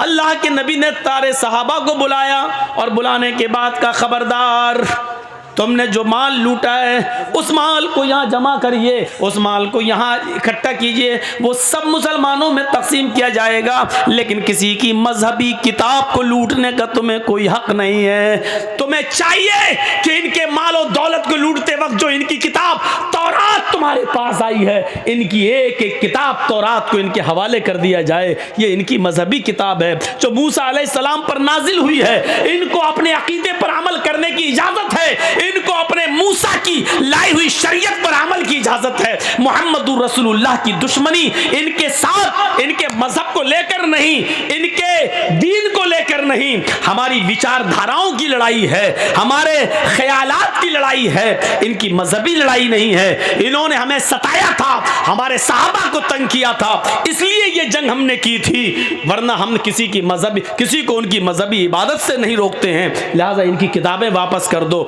इंसानियत का ऐसा सबूत पेश किया अल्लाह के रसूल ने कि लूटा हुआ माल तो आपने नहीं दिया क्योंकि वो माल गनीमत है, लेकिन उसमें जो किताबें, जो तौरात अल्लाह के नबी के सहाबा के पास थी, वो एक एक करके वापस करवा दी। और उन यहूदियों ने कहा कि हमने आपसे अच्छा इंसाफ करने वाला आज तक किसी को देखा नहीं है, शुक्रिया आए अल्लाह के रसूल, आपने हमारी किताबों को हमें वापस कर दिया है। यहां से हम अंदाजा लगा सकते हैं मेरे भाइयों, मेरे दोस्तों, कि इंसानियत किस चीज़ का नाम है।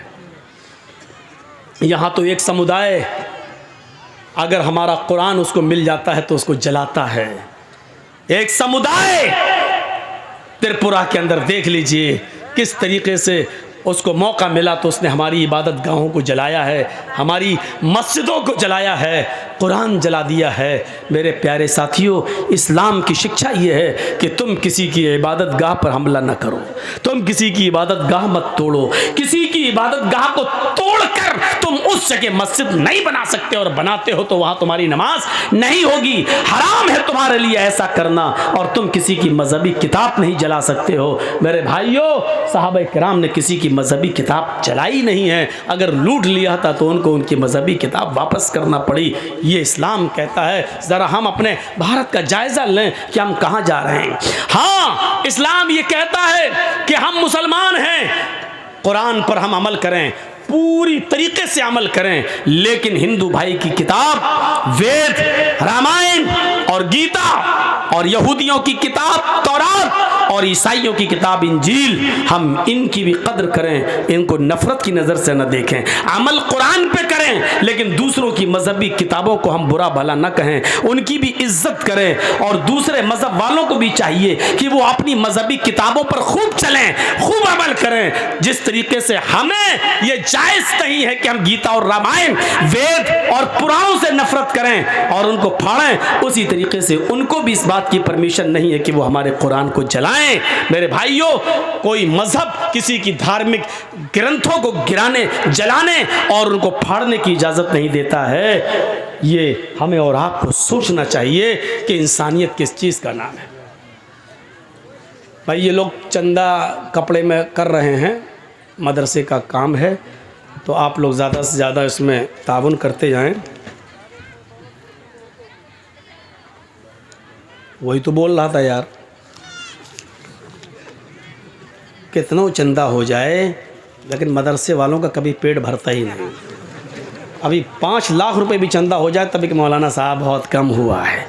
मैं 20 साल से तकरीरें कर रहा हूँ, आज तक किसी मदरसे वाले ने ये नहीं कहा मौलाना माशाल्लाह बहुत अच्छा चंदा हुआ है। इतनी बड़ी नाशुक्री हमने कहीं नहीं देखी। हम इस जलसे की बात नहीं कर रहे हैं, मैं 20 साल की बात कर रहा हूँ। 20 साल में आज तक किसी ने आज तक ये नहीं कहा है। एक मरतबा किसी ने खुशी खुशी कह दिया होता मौलाना साहब माशाल्लाह आज बहुत अच्छा हुआ है। 20 साल में आज तक कोई ऐसा नहीं मिला कि जिसने ये कहा हो कि माशाल्लाह बहुत अच्छा चंदा हुआ है। माशाल्लाह, ये भैया इदारा है, लॉकडाउन के बाद अभी नए नए खुले हैं, फिर भरोसा नहीं कि कब फिर लग जाए, इसलिए आप थोड़ा सा ताउन कर दें, मज़ीद ताउन इतना कर दीजिए कि आज हमारे मस्जिद ये मौलाना साहब ये कह दें कि जर्जी साहब आपके फ़ैन इतने हैं कि उन्होंने आज आपकी बात मान ली, माशाल्लाह 2 साल खर्चा चल जाएगा। आज इतना कर दीजिए आप। हमें मालूम है कि नहीं कहेंगे, फिर भी कहेंगे कमी हुआ है, लेकिन आप कर दीजिए, आज इतना कर दीजिए। मुझे फिर डर लग रहा है कि फिर ये लॉकडाउन ना लग जाए, लेकिन अभी शायद ना लगेगा क्योंकि चुनाव होने वाले हैं यूपी में। वो जब उस वक्त लगेगा जब 3-4 जब ग्राउंड के चुनाव हो जाएंगे और 5वें और 6ठे लेवल के चुनाव पे जब बीजेपी देखेगी कि हम हार रहे हैं तो उस मौके पर कोरोना ले आएगी और ऐसा लाएगी। ये 2-3 आदमी हैं, बस 2 या 3 ये फिक्स करते हैं कि कोरोना कब लाया जाए, लॉकडाउन कब किया जाए, ट्रेनें कब बंद की जाएं। ये सर्जिकल स्ट्राइक एकदम होगी, लेकिन कब हो जाए कुछ कहा नहीं जा सकता है। आप भैया भर दीजिए इनकी झोली, मदरसे को दे दीजिए, ज़्यादा से ज़्यादा ताउन करिए, अल्लाह रब्बुल आलमीन आपको इसका अजर अजीम इंशाअल्लाह अता फरमाएगा। तो मेरे भाइयों, इंसानियत ये थी। बैठिए अभी आप, अभी हम ला रहे हैं और इंशाअल्लाह आखिर में चलते चलते हम आपको 2-3 मंत्रों की तरफ भी लाएंगे, क्योंकि बगैर मंत्र के आप लोग समझते हैं कि जलसा हुआ ही नहीं है। ये अपने दिमाग से निकाल दीजिए, अपने दिमाग से निकाल दीजिए। आप लोग कुरान और हदीस सुनने आते हो मेरे भाइयों, कुरान और हदीस को सुनिए। आपको वेदों के मंत्र सुनने का इतना शौक़ नहीं होना चाहिए। हिंदू भाई हो तो वो मत कहें कि हाँ मौलाना बताइए हमारे धर्म में क्या, तब तो एक अलग बात है। आपको ये शौक़ नहीं होना चाहिए। कुरान से अच्छी आवाज़, कुरान से अच्छी सुरीली आवाज़ कहीं हो सकती है? तुलसीदास जी भी कहते हैं जब तक मद्दी कोया बिना मोहम्मद पार ना होया। मद मानी मीठी, कोया मानी आवाज़। जब तक दुनिया में मीठी आवाज़ यानी कुरान बाकी रहेगी, जब तक दुनिया में कुरान रहेगा, बिना मोहम्मद पार ना होया, उस वक्त तक बिना मोहम्मद के यानी अल्लाह के रसूल की इताअत और अल्लाह के रसूल की फर्मा बरदारी किए बिना कोई पार नहीं हो सकता। तुलसीदास जी तो कह रहे हैं कुरान पढ़ो और मुसलमान कहता वेद सुनाओ, उल्टी गंगा बह रही है। तुलसीदास जी कह रहे हैं कि कुरान पढ़ो, जब तक कुरान रहेगा तब तक मोहम्मद रसूलुल्लाह सल्लल्लाहु अलैहि वसल्लम का फरमान रहेगा, और मोहम्मद रसूलुल्लाह के फरमान के बिना कोई आदमी पार नहीं होगा, यानी नजात नहीं पाएगा। यानी कुरान और हदीस पे अमल करने के बाद ही नजात मिलेगी, उसके बिना नजात नहीं मिलेगी। चाचा बैठ जाओ, कहाँ जा रहे हो? देख ठीक है आइए, लेकिन भाई सामने से मत उठिए, हमको बहुत बुरा लगता है। आपको नहीं मालूम है, एक मरतबा हैदराबाद में ऐसी कोई आदमी सामने से उठ गया, हम समझे गया पेशाब करने आया, सीधे माइक पकड़ के क्या बोल रहा है, उठा के माइक उधर फेंका, फिर कुर्सी टमाटर अंडे जो फेंके गए। मैं डर जाता हूँ जब कोई सामने से उठता है। वो मंजर मैं देख चुका हूँ, इसलिए भैया सामने से मत उठिए। अब देखो कह रहा हूँ मत उठिए तो और उठ रहे हैं।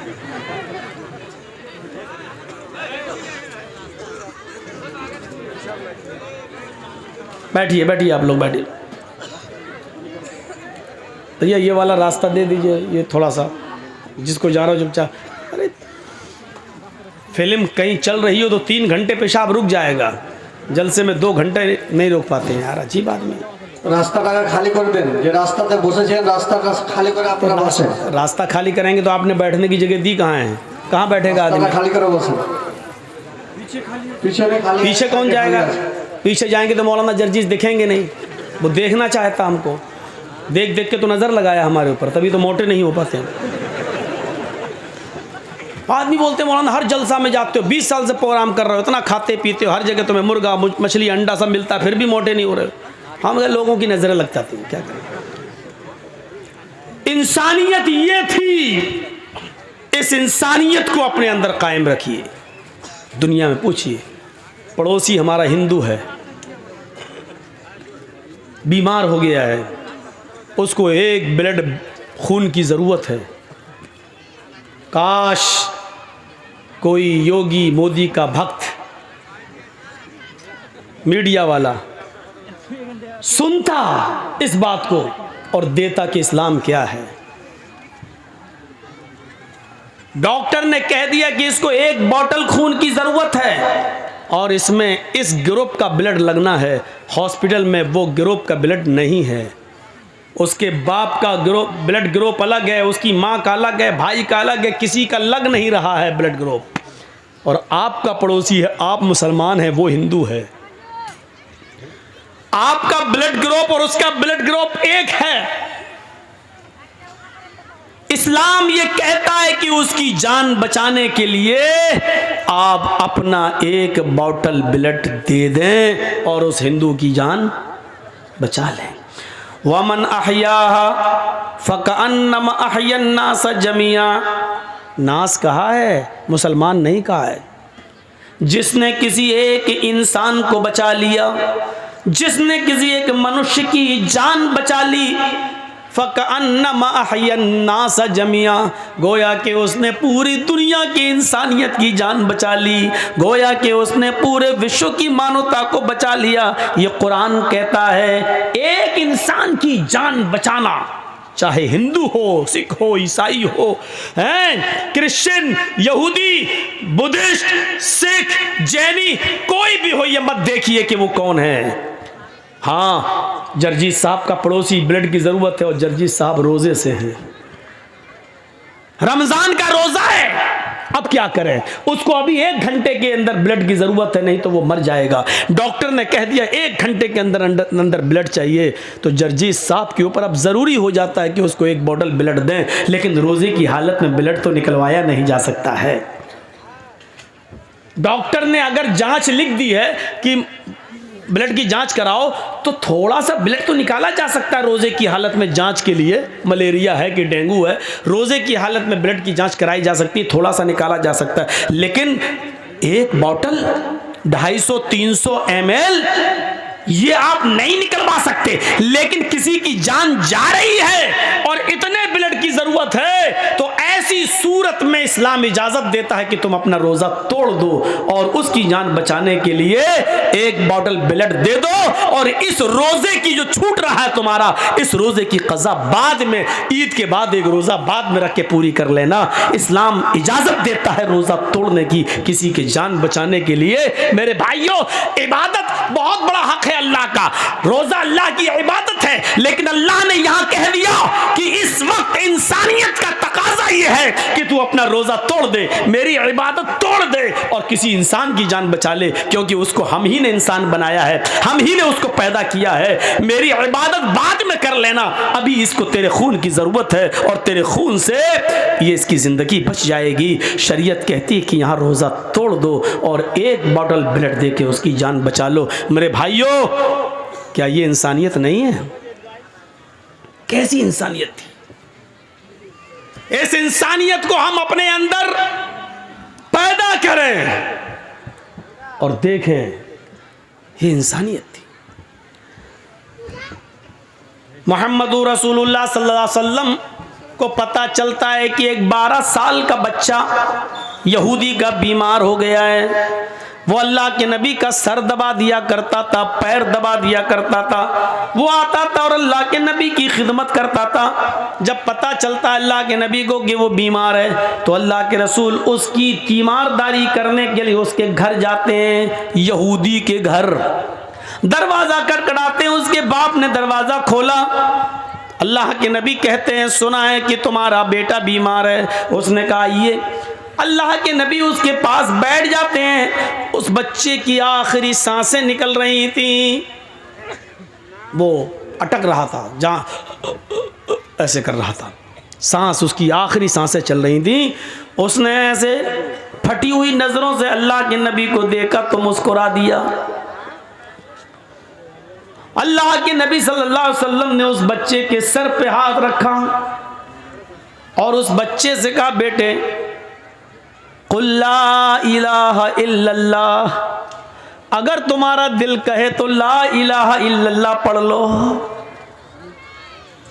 उस बच्चे ने जब अल्लाह के नबी की जबान से सुना कि आप कह रहे हैं कि ला इलाहा इल्लल्लाह पढ़ लो, तो वो अपने माँ बाप का चेहरा देखने लगा। उसके माँ बाप मना करते थे। जब उसने अपने माँ बाप का चेहरा देखा तो उसके माँ बाप ने इशारे में कह दिया बेटे पढ़ लो। यानी तुम्हारा दिल मोहम्मद की तरफ शुरू से ही था। तुम उनका सर दबाते थे, पैर दबाते थे। तुम उनके पास से जब मेरे पास आते थे तो नबी की तारीफ करते थे, उनके सच्चे वाकयात बयान करते थे। जब तुम्हारा दिल शुरू से ही उनकी तरफ है और मेरी वजह से, मेरी डांट की वजह से, मेरे डर की वजह से तुम इस्लाम कबूल नहीं कर रहे थे, लेकिन आज मैं तुम्हें नहीं रोकूंगा। अगर तुम्हारे दिल में मोहम्मद रसूलुल्लाह की मोहब्बत है तो तुम पढ़ लो। जब बाप की तरफ से इजाजत मिल गई तो इस छोटे से बच्चे ने, 12 साल के बच्चे ने, यहूदी बच्चे ने कलमा पढ़ लिया, ला इलाहा इल्लल्लाह मुहम्मदुर रसूलुल्लाह।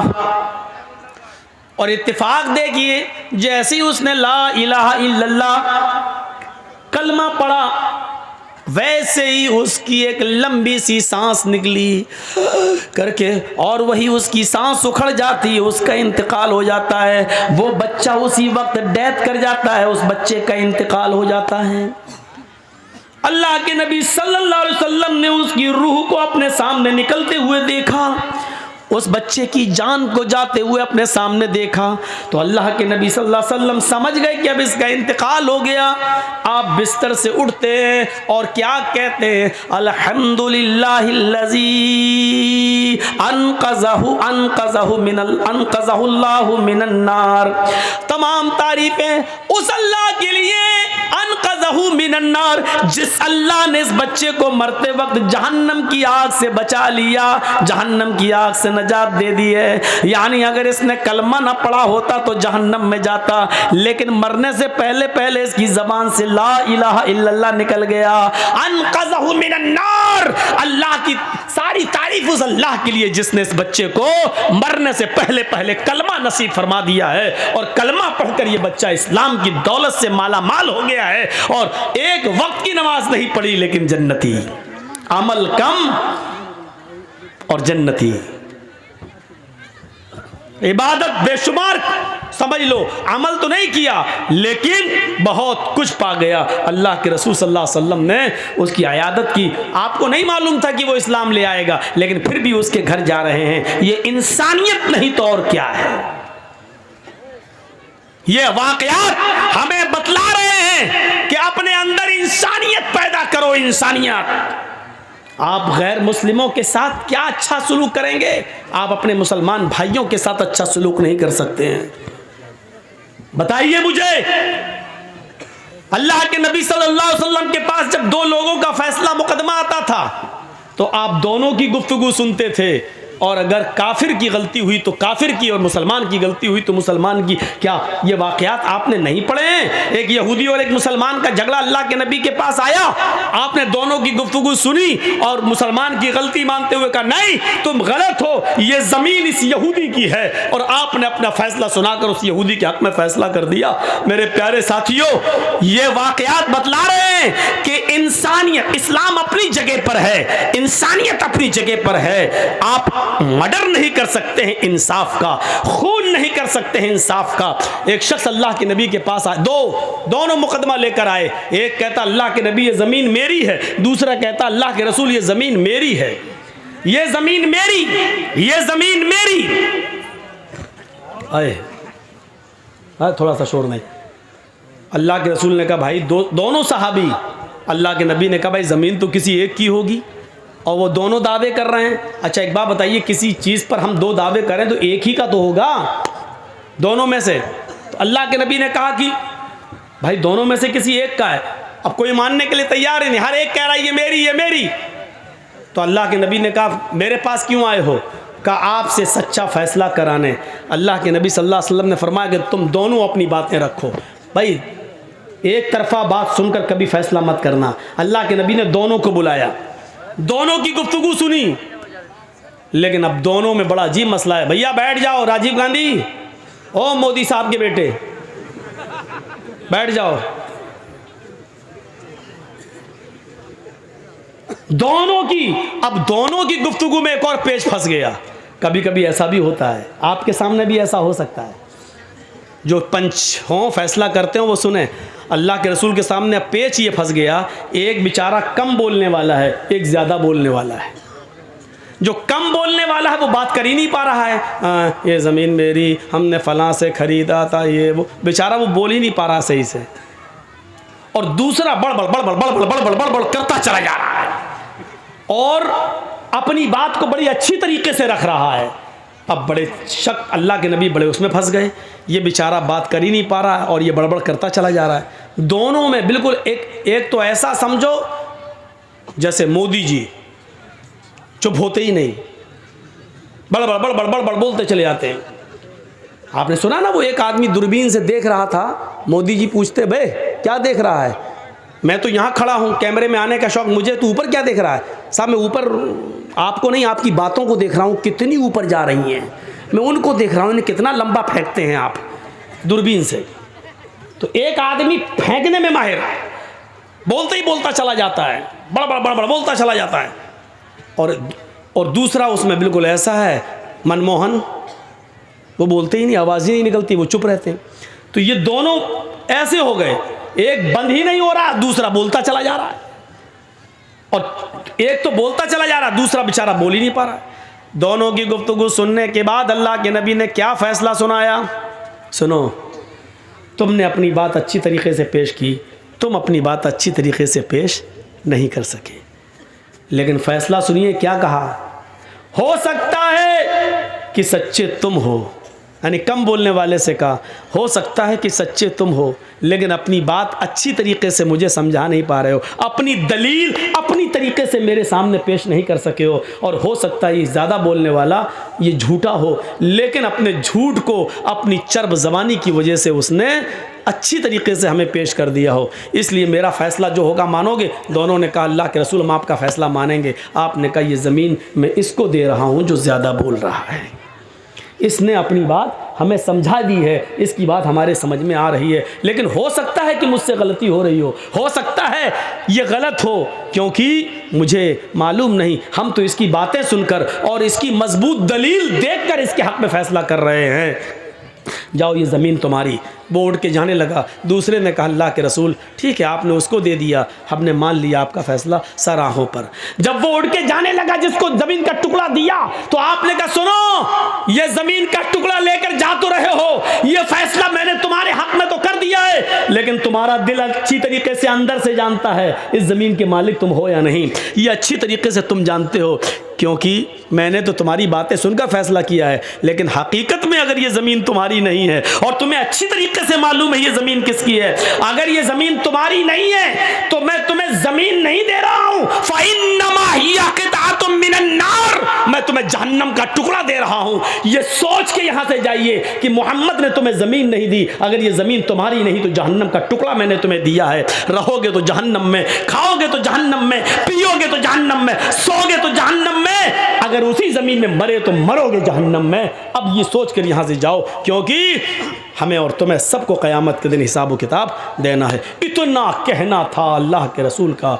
उधर से वो चीखने लगा, अरे अल्लाह के रसूल, ये ज़मीन मेरी नहीं है, इसकी है। ये ज़मीन मेरी नहीं है, इसी भाई की, इसको दे दो। अब इसने जब ये सुना कि वो जहन्नम का टुकड़ा, तो ये भी चीख पड़ा, अरे अल्लाह के रसूल, ये झूठ बोल रहा है, ये मेरी नहीं, इसकी, इसी को दे दो।